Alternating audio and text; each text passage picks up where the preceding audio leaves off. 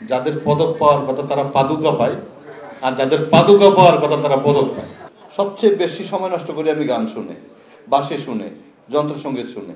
একটা লোভ আমার অবশ্য আছে এখানে, আমি কিছুক্ষণ অপেক্ষা করবো, কারণ আমি নিজে বাঁশি বাজাতে জানি না, কিন্তু বাঁশি শুনতে আমার খুবই ভালো লাগে। যে ইনফরমেশনগুলো আছে, যে তথ্যগুলো আছে, যে তত্ত্বগুলো আছে, সেটা অনেক বেশি ইম্পর্টেন্ট। অফিসের মাঝে পুরো মিউজিক সেন্টার করে ফেলেছেন। আফম মোদাসের আলী আর আমি ক্লাস 5 থেকে একসাথে পড়তাম। তো সে গতকাল সকালে বোধনা সন্ধ্যায় আমাকে একটা রিং দিল, এরকম একটা অনুষ্ঠান আছে, আসলে ভালো লাগবে। আমি জাস্ট মানে আমি তাই অর্ডার করার জন্য আসছি, এবং যেহেতু যে যার উপলক্ষে এই আয়োজন, উনিও মানে রক্ত মাংসের চট্টগ্রামের না হলেও আলো বাতাসে সমৃদ্ধ চট্টগ্রামের, আমিও একেবারে নির্ভেজাল চট্টগ্রামে। আমি ডিস্ট্রিক্ট জাজ ছিলাম, আইজিআরও ছিলাম, এরপরে তথ্য কমিশন হিসেবে রিসেন্টলি গত অগাস্টে জয়েন করেছি। এটা মহান রাষ্ট্রপতি কর্তৃক নিয়োগকৃত। তারপরে এই কথাগুলো না বলে আমি এখানে আমি দাঁড়াতে পেরেছি, সেটাই আমার কাছে কেমন অদ্ভুত মনে হচ্ছে আর কি। আমি দাঁড়াবার জন্য আসিনি, বলার জন্য আসিনি, আমি আপনাদেরকে শুনবো, নিজেকে সমৃদ্ধ করব, এবং একটা লোভ আমার অবশ্য আছে এখানে, আমি কিছুক্ষণ অপেক্ষা করব, কারণ আমি নিজে বাঁশি বাজাতে জানি না, কিন্তু বাঁশি শুনতে আমার খুবই ভালো লাগে। আমি বাঁশির ভক্ত, জানি না উনি আমাদেরকে সেই সুযোগ দেন কিনা।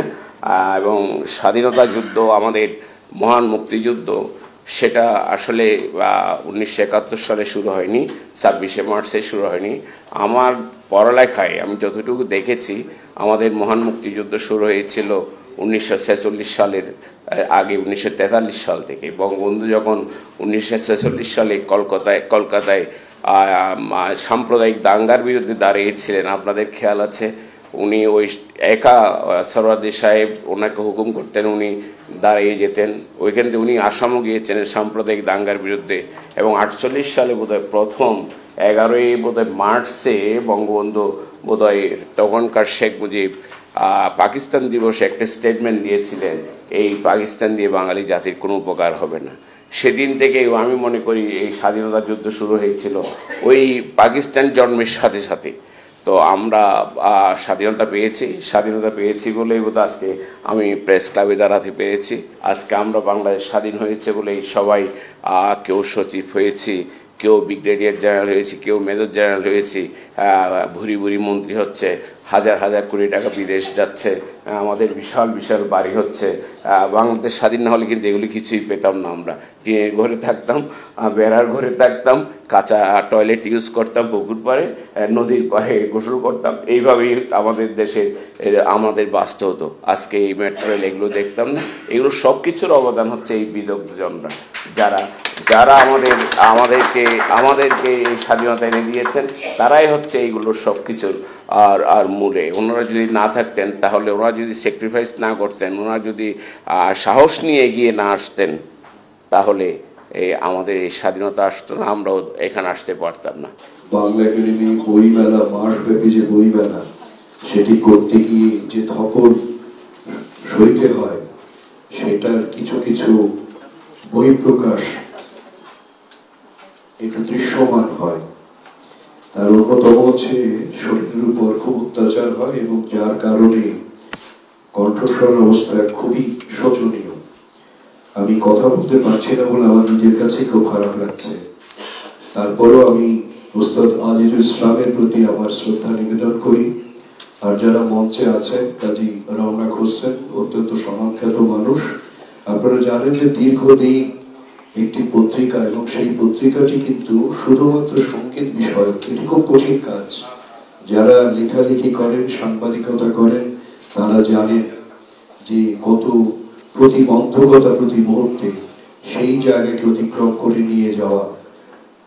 40 বছর অতিক্রান্ত সম্ভবত, আমি যদি ভুল বলে না থাকি।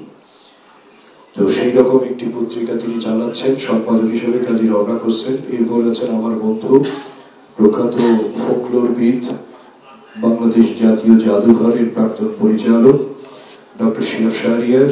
আছেন আমার আরো একজন অগ্রজ শিশু সাহিত্যিক, জনাব আফম মোদাসের আলী।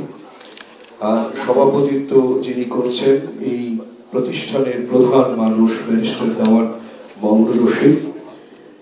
এছাড়াও আমরা দেখতে পাচ্ছি যে বিশেষ অতিথি হিসেবে শিক্ষাবিদ, গবেষক, লেখক প্রফেসর ডক্টর মোহাম্মদ হুমায়ুন কবির মজুমদার আছে।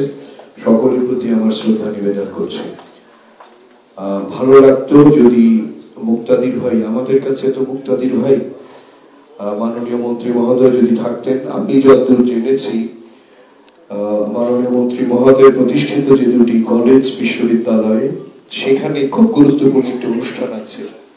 আমি দুপুরেই এটি জেনেছি এবং আমার সাথে সরাসরি কথা হয়নি, কিন্তু আমি জানতে পেরেছি সেখানে আমাদের বাংলা একাডেমির মহাপরিচালক জাতিসত্তার কবি মোহাম্মদ নুরুল হুদা সেখানে সেই অনুষ্ঠানে থাকছে। সে সূত্রে আমি জানতে পেরেছি। যাই হোক, ভালো লাগতো তিনি থাকলে। তো এই যে গ্রন্থটি মুক্তিযুদ্ধ ও বাঁশিওয়ালা নাবিকের স্বদেশ ফেরা, আমরা প্রত্যেকে জানি যে মুক্তিযুদ্ধ চলাকালীন পশ্চিম পাকিস্তানে যাদের অবস্থান ছিল, কিন্তু মুক্তিযুদ্ধের পক্ষের মানুষ তারা তো ছটফট করছিল কিভাবে তার স্বদেশে ফিরে আসবেন। এরকম আমার একজন বন্ধু, বিশিষ্ট পর্যটনবিদ, পর্যটন লেখক, ভ্রমণবিদ তৌফিক রহমান, তার স্মৃতিকথাও একটি বই বেরিয়েছে। সেখানেও আমি যথাসম্ভব পাঠ করে যেটি বুঝতে পেরেছি যে তার যে ভেতরের যে যন্ত্রণা, যে ক্ষোভ, দেশের প্রতি তার যে দায়িত্ব, রাষ্ট্রের প্রতি, স্বদেশের প্রতি, মানুষের প্রতি, সেই যন্ত্রণায় বিদ্ধ হতে থাকে প্রতিনিয়ত। সেখান থেকে একজন খুব কর্তা ব্যক্তি অর্থাৎ ক্যাপ্টেন মানে নাবিক, তিনি তার স্বদেশে ফিরবেন এবং দেশের মুক্তিযুদ্ধে ঝাঁপিয়ে পড়বেন। এটা তো একেবারে এটাই তো আমাদের ঠিক, কথাটা তো তাই। কিন্তু তিনি তার দেশে ফেরা নিয়ে যে রকম কষ্ট সহ্য করেছেন, নানা প্রতিকূলতা অতিক্রম করে শেষ পর্যন্ত দেশে এসেছেন, বিস্তারিত তিনি লেখার চেষ্টা করেছেন। এই গ্রন্থটি মোটামুটি ভাবে আমার পড়া, কিন্তু এই মুহূর্তে কণ্ঠস্বরের অবস্থার কারণে আমি বিস্তারিত কথা বলবো না, এখানে অন্যরা বলবেন। এটি প্রকাশিত হওয়ার পেছনেও খুব বড় ইতিহাস, সেটিও হয়তো ওস্তাদ আজিজুল ইসলাম বলবেন। তো আমি আশা করব যে এই মুক্তিযুদ্ধ বাঁশিওয়ালা নাবিকের স্বদেশ ফেরা এই গ্রন্থটি আপনারা প্রত্যেকে সংগ্রহ করবেন। বিদ্যা ভবন গবেষণা কেন্দ্র, আমি বলবো যে ব্যারিস্টার দেওয়ান মামুনুর রশিদকে বাংলা একাডেমি বইমেলায় কোত্থেকে এটা পাওয়া যাবে এই সম্পর্কে বিস্তারিত তিনি প্রচার করবেন। এবং আপনারা প্রত্যেকে যারা এখানে দর্শক হিসেবে আমাদের সাথে যুক্ত হয়েছে, সুধীজন হিসেবে, তাদের প্রত্যেকের দায়িত্ব এবং কর্তব্যের মধ্যে যদি আমরা বিবেচনা করি যে এই গ্রন্থটি প্রত্যেকে কিনে সংগ্রহ করব, তাহলে লেখক এবং প্রকাশক দুজনই বাঁচবেন। মায়ের দেয়া 10 টাকা, ওনার 2 টাকা, এই 12 টাকা নিয়ে চট্টগ্রামের আর্য সঙ্গীতে 4 দিনের জন্য ক্লাস করেছিলেন ভর্তি হয়ে উনি। এই হচ্ছে তার শাস্ত্রীয় সঙ্গীতের শিক্ষা। ইনি একজন স্বশিক্ষিত মানুষ, যে মানুষটি ডোভারলিনের শাস্ত্রীয় সঙ্গীতের সুবর্ণ জয়ন্তীর উৎসবে বাঁশি বাজিয়ে উদ্বোধন করেছিলেন। এই মানুষটি এই বাংলাদেশের রাজধানী ঢাকার ছায়ানটের সঙ্গীত ভবন উদ্বোধন হয়েছিল তার বাঁশির সুরে। এবং মুক্তিযুদ্ধের সাথে তার যে